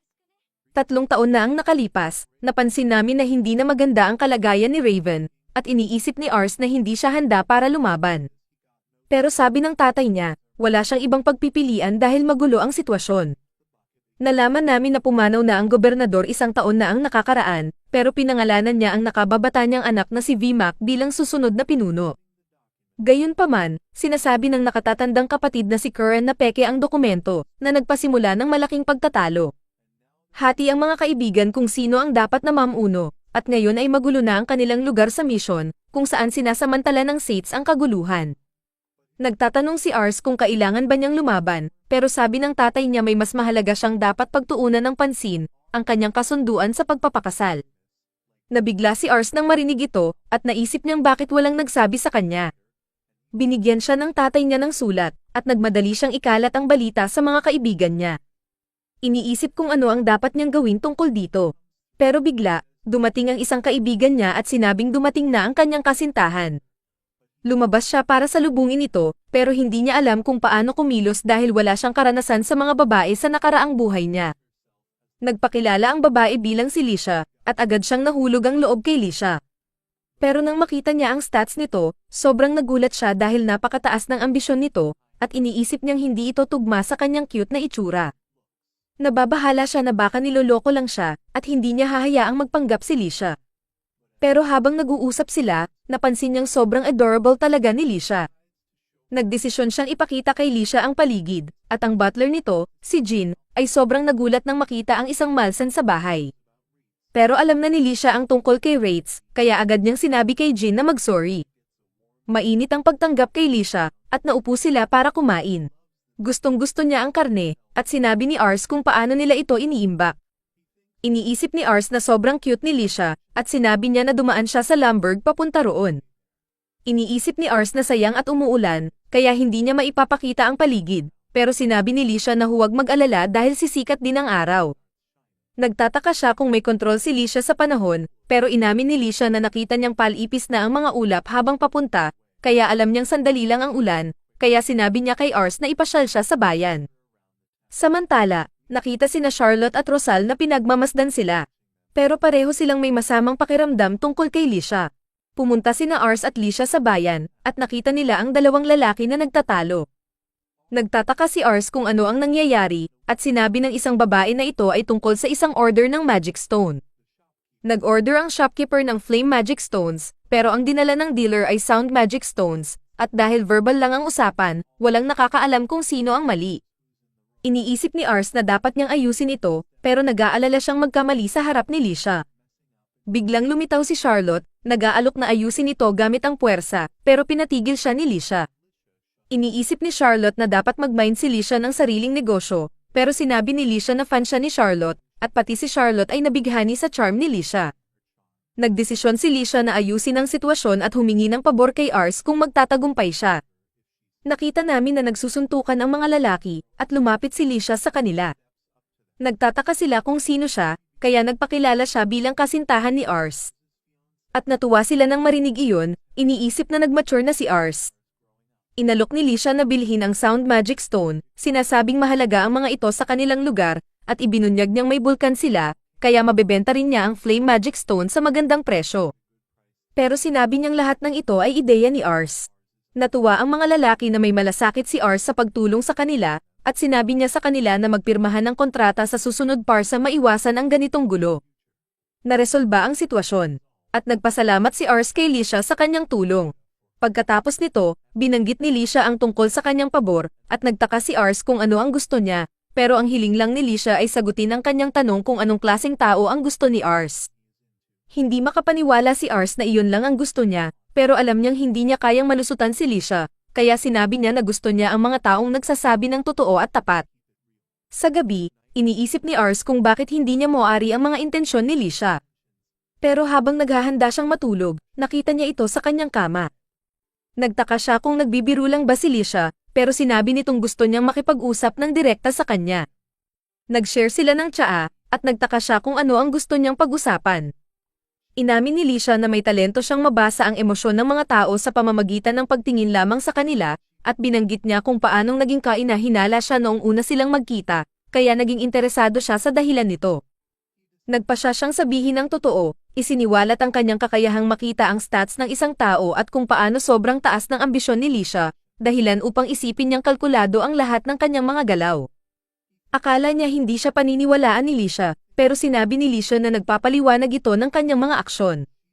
Inamin ni Lisha na talagang ambisyosa siya, kaya nagtaka si Ars kung ano talaga ang hinahabol niya.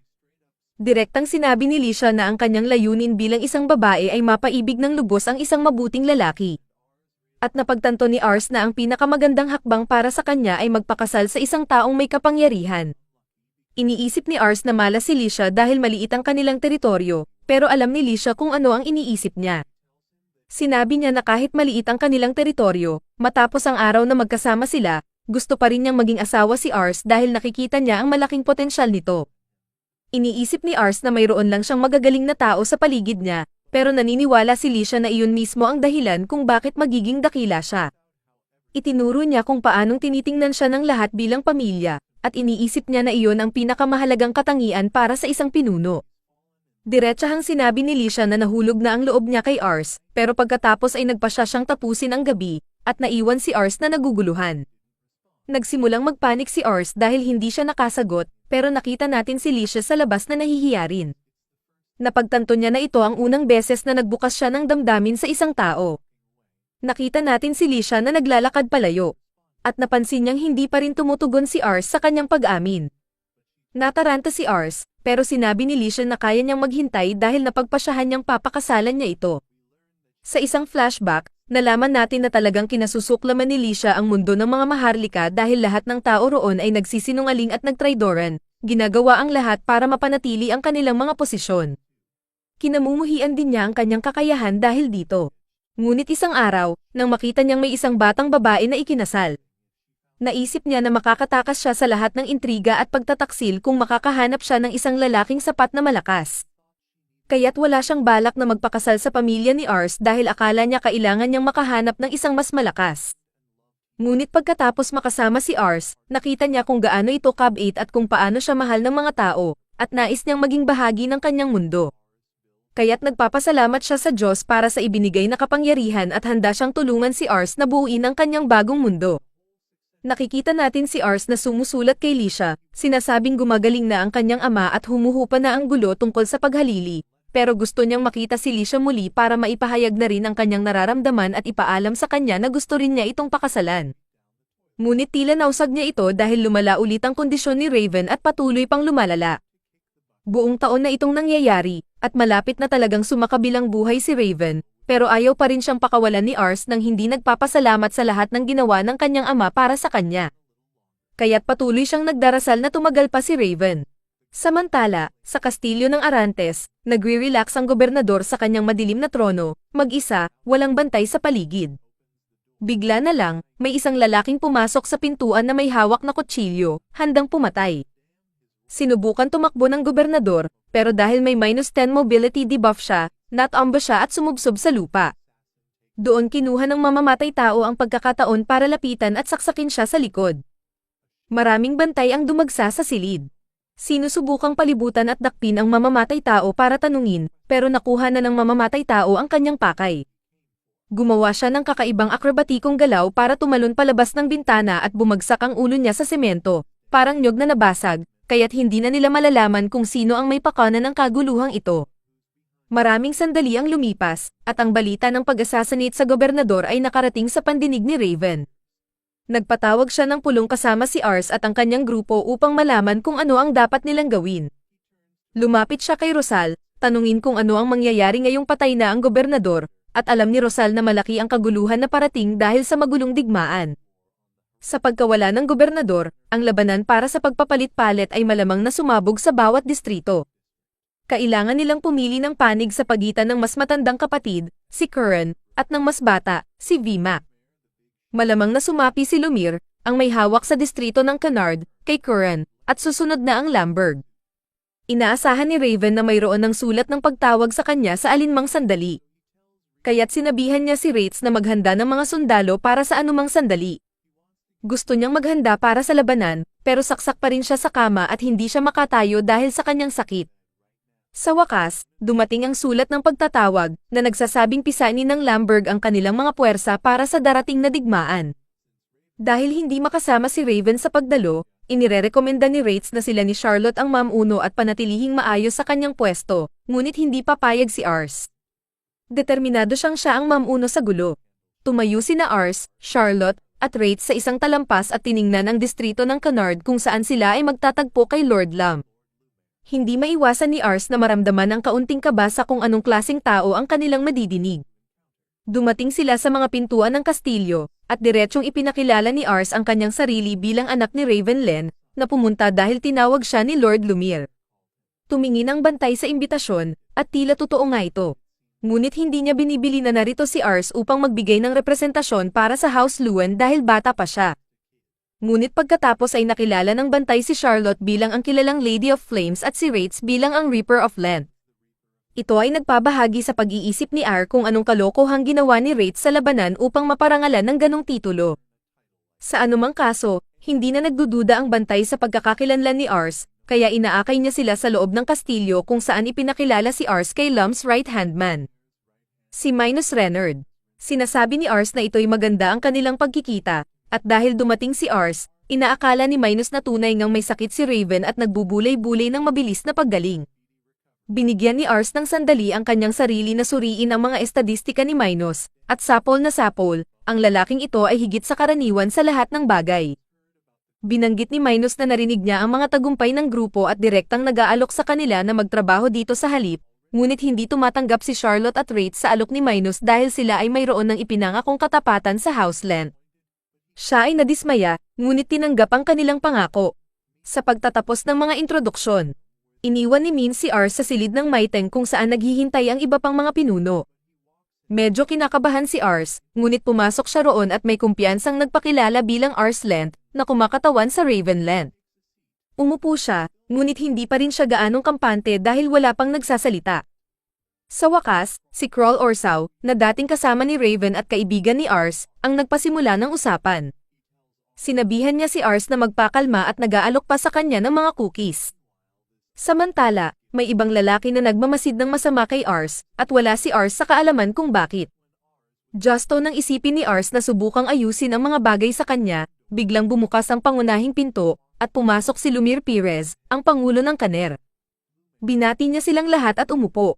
Tiningnan ni Ars ang kanyang mga estadistika, at ito ay halos katulad ng inaasahan mula sa pinuno ng isang distrito.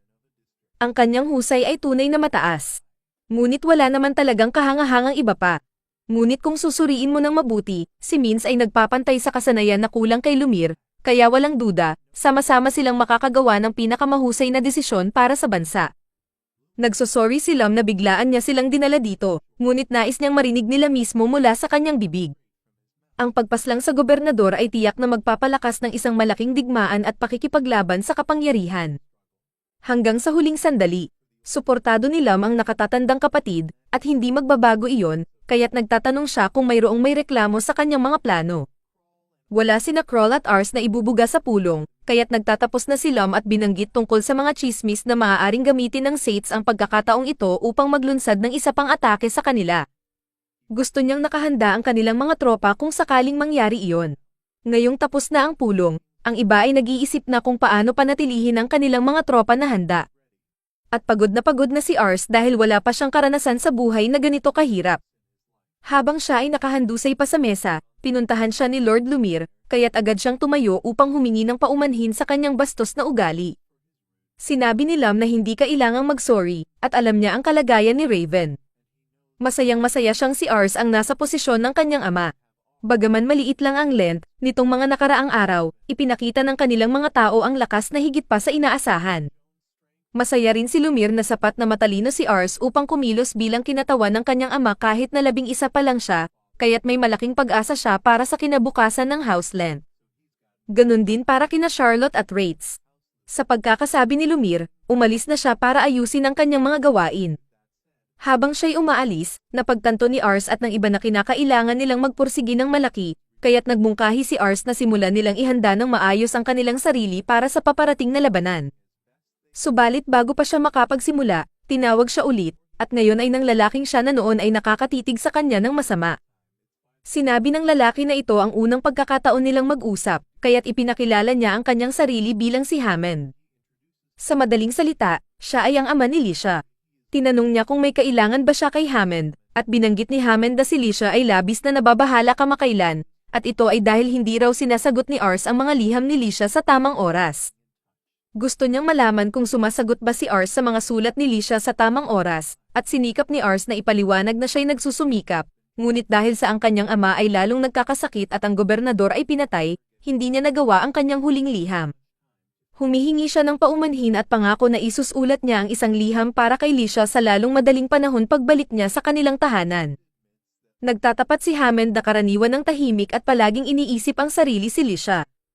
Ngunit kamakailan lang ay nagbubukas na siya at nagpapakita ng kanyang mga damdamin ng higit pa, at sa palagay niya ay dahil kay Ars, kaya't malinaw na may malalim siyang damdamin para dito. Si Licia ay laging isang mabuting bata, masunurin at lahat, ngunit itinuring niya ito na parang walang halaga at nakatuon sa militar at mga gawain ng estado sa halip na maglaan ng oras sa kanya. Kaya alam niya na dapat ay lubos siyang nag-iisa, lalo na't mayroon lahat ng mga mapanlinlang na maharlikang nasa paligid niya. Talagang nais niyang makahanap ng kaligayahan si Licia, kaya't pumayag siya sa kasunduan. Kaya, hinihiling niya kay Ars na alagaan ng mabuti si Licia, at ipinapangako ni Ars na gagawin niya ang lahat ng kanyang makakaya upang gawin siyang masaya. Nang umuwi si Ars, ibinubuhos niya ang lahat tungkol sa sinabi ni Lam sa pulong kay Raven, at tulad ng inaasahan. Ngunit may ilang salita si Raven para kay Ars tungkol sa pagpunta niya roon nang hindi man lang ipinaalam sa kanya, at ang mga salitang iyon ay na talagang ipinagmamalaki niya ito. Pagkatapos nito, nagsimulang sumulat si Ars ng liham na sagot kay Lisha at humihingi ng paumanhin sa pagtagal niyang sumagot. Sinasabi niya sa kanya ang lahat ng mga nangyari kamakailan at kung paano niya nakilala ang tatay niya, pero may gyera sa bunganga, kailangan niyang gawin ang lahat para manalo at protektahan si Lisha tulad ng ipinangako niya kay Hammond. Sa huli ng araw na iyon, nakikita natin si Ars na nagte-training kasama si Wraith sa sining ng espada, ngunit napakalakas ng pagkabagsak niya sa lupa. Inirerekomenda ni Wraith na magpahinga siya dahil buong araw na silang nag-ensayo, ngunit pinipilit ni Ars na magpatuloy. Lahat sa paligid niya ay lumalakas, ngunit pakiramdam niya'y walang kaunting pag-unlad sa mga taon. Siya ang nanguna sa isang tropa sa isang pagsasanay ng laban noon, at kung totoo nga, ito ay lubusang kalamidad. Nabasa na niya ang tungkol sa digmaan, ngunit wala siyang anumang aktwal na karanasan dito, at kapag totoong mga sundalo ang sumalakay sa kanya, laging napapalagpas niya. Alam niya na may kasama siyang si Wraith at si Charlotte sa kanyang tabi, ngunit kung hindi niya kayang ipagtanggol ang sarili sa labanan, baka siya pa ang magbubunot pababa sa lahat ng iba. Ngunit sa gitna ng panghihinayang ni Ars sa kanyang sarili, biglang lumapit si Rosal sa kanya at sinabi na ipinadala ni Sates ang mga puwersa sa circle. Gusto ni Lam na agad silang magtungo sa labanan upang pigilan ang mga ito sa teritoryo ng Krull. May konting pagkakataon sila kung paano nila haharapin ang pagsalakay ng Sates. Ngunit kung hindi nila ito aaksyonan ngayon, maging problema na ito ng Lamberg sa madaling panahon. Magiging susunod na target ng Sates ang Lamberg kung magtagumpay silang magsalakay sa Kal-Ar. Hindi pa rin handa si Raven na makipaglaban, kaya ibig sabihin, si Ars ang dapat kumilos at pumasok sa labanan sa halip, at saksakan ng takot siya sa ideyang iyon. Sinusubukan niyang manatiling kalmado at nagbibigay ng utos para lumabas ang tropa sa ilalim ng kanyang komando. Habang lumalabas siya, sinisikap siya ni Wraith na kumpirmahin, sinasabi na lahat ay magiging maayos dahil may suporta siya ni na Charlotte at Wraith. Ilang minuto pa, humarap si Ars sa tropa at sinabi sa kanila na siya ang magtutungo sa labanan upang protektahan ang distrito ng Kal-Ar, ngunit sa gitna ng kanyang talumpati, sumingit si Raven at sinabihan si Ar na hindi niya maaaring hayaang pumunta sa digmaan agad. Napakabago pa niya, kaya sinabi ni Raven na siya na ang magmamando at mamumuno sa mga tropa sa halip. Tinalo ni Ars na ang pagiging may sakit pa rin ni Raven ay hindi pa rin siya handa sa digmaan, ngunit mas magiging pagsisisi ni Raven na hayaan siyang mamatay sa digmaan kaysa mamatay siya mismo para sa distrito ng Kal-Ar. Sinusubukan ni Ars na ipaliwanag na may suporta ni Wraith at Charlotte sa kanyang tabi, tiyak na magtatagumpay sila, ngunit hindi tagumpay ang isyu dito. Sinabi ni Raven na hindi mayroon ang mukha ni Ars ng isang mandirigmang, at upang patunayan ito, inutusan niya ang isa sa mga sundalo na dalhin ang taong nakakulong sa dunggawan. Nang dalhin nila siya, tinanong ni Ars kung sino itong lalaki, kaya ipinaliwanag ni Raven na ang pangalan niya ay Baram Mora, at nagkasala na siya ng lahat ng uri ng krimen nang walang anumang pagsisisi. Dapat ay pinatawan na siya ng parusang kamatayan noon, ngunit naantala ito dahil sa sakit ni Raven. Ngayon, gusto niyang ipatupad ang parusang kamatayan mismo roon, at sinabihan niya si Ars na panuurin ito. Kung makakapanood si Ars na patayin ang lalaking ito nang hindi nawawala ang kanyang kalmado. Saka lang siya titingalain ni Raven bilang isang lalaki at papayagan niyang pamunuan ang mga tropa sa labanan. Kahit napapatayin na siya, patuloy pa ring nagkwento si Baram Mora tungkol sa kung gaano niya pinagsasawaan ang pagpatay ng mga batang tulad ni Ars. Ngunit kahit na siya ay isang ganap na masamang tao, nang ang palakol ay bumagsak sa kanyang leeg at ang kanyang ulo ay nahugot, ang mga mata ni Ars ay naging blanko dahil hindi niya kayang tanggapin ang kanyang nakita. Ang tanaw ng hiwa-hiwang ulo at dugo ay bumagsak kay Ars sa kanyang mga tuhod. Ngunit sinabihan siya ni Raven na wala siyang dapat ipahiya. Lahat ay nagre-reaksyon ng ganoon sa unang pagkakataon na makakita ng kamatayan. Ngunit sa ngayon, kung ang isang pagkamatay ang magpapapanghina kay Ars, walang paraan na magagawa niyang tibayan ang loob sa isang larangan ng digmaan kung saan ang kamatayan ay nangyayari ng palagi. Iniutos ni Raven ang mga tropa na magtungo kasama si Wraith, Charlotte, at Rosal. Iniwan si Ars doon upang pag-isipan kung gaano siya kababaunlad upang isipin na handa na siya sa digmaan sa hangganan ng tunggalian. Pinanunood natin habang lumalaban si Raven at ang koponan ni Ars. Si Wraith at Raven ay nakikipaglaban sa harapang mga linya habang si Rosal ang nagtatawag ng mga galaw na nag-a-adjust sa pagkakayos ng hukbo. Si Charlotte ay naglalabas ng kanyang lakas at nagpapakawala ng isang napakalaking bola ng apoy na sumabog sa isang pader. Ang sakit ni Raven ay nagpaparamdam na sa kanya habang sumasakit ang kanyang lalamunan ng dugo, ngunit patuloy pa rin siyang lumalaban ng may matinding tapang. Ang kalaban ay mas marami ng 50% kaysa sa hukbong Kaner, ngunit dahil sa pamumuno ni Raven sa mga puwersa ng Lent, nagtagumpay silang sakupin ang kastilyo na kanilang pinaglalaban. Ang labanan ay tumagal ng mahigit 1 buwan, at bumalik si Raven 4 na araw matapos ang ika-12 na kaarawan ni Ars, ngunit nasa masamang kalagayan siya. Natatakot ang mga kapatid ni Ars na baka mamatay siya, kaya lumapit si Ars upang kausapin ang kanyang koponan. Sinabi niya kay Rates na nasugatan siya sa panahon ng pagsasanay at nagtanong tungkol sa kanyang ama. Ipinaliwanag ni Rates kung paano lumaban si Raven tulad ng isang bayani, ngunit mas naging masama ang kanyang kalagayan pagkatapos ng labanan. Sinisisi ni Ars ang kanyang sarili dahil sa hindi niya kakayahan na mapalitan si Raven, ngunit binabalikan siya ng iba na si Raven ay may sakit na nga. Humiling si Ars na ipaalam sa kanya kung magbabago ang kalagayan ni Raven, pagkatapos ay umalis siya upang magpatuloy sa pagsasanay. Sinabi ni Rates na medyo huli na, ngunit wala nang pakialam si Ars. Lahat ay nag-aalala kay Ars dahil narinig nila na nag-aaksaya siya ng lakas sa kanyang araw-araw na pagsasanay. Biglang nagulat ang koponan nang dumating si Licia sa kanilang pintuan. Labis siyang nag-aalala kay Ars dahil napansin niya ang pagbabago sa mga liham na ipinapadala niya kamakailan. Ang kanyang mga salita noon ay maalab at magiliw, ngunit ngayon tila siya'y malayo. Nagtataka siya kung may mali, kaya't sinasabi ni Rates sa kanya na huwag magalit kapag sabihin niya sa kanya na may dahilan si Ars. Naiinis si Licia at ipinaliwanag na hindi siya nasasaktan, siya ay nag-aalala lang talaga. Desperado siyang malaman kung ano ang mali, kaya't lahat ay sumasang-ayon na sabihin sa kanya. Iniulat nila sa kanya ang tungkol sa pagpaparusa at kung paano ang pakiramdam ni Ars ay may sala sa pagsasama ng kalagayan ni Raven. Sinisisi ni Licia ang kanyang sarili dahil hindi niya natulungan si Ars ng mas maaga kapag kailangan ito, kaya't nananawagan siya sa kanila na sabihin sa kanya kung nasaan siya. Nang sabihin sa kanya na si Ars ay nasa gitna ng mahigpit na pagsasanay, todo ang kanyang pasiga na gustong makita si Ars, ngunit siya ay nasa gitna ng hardcore na pagsasanay.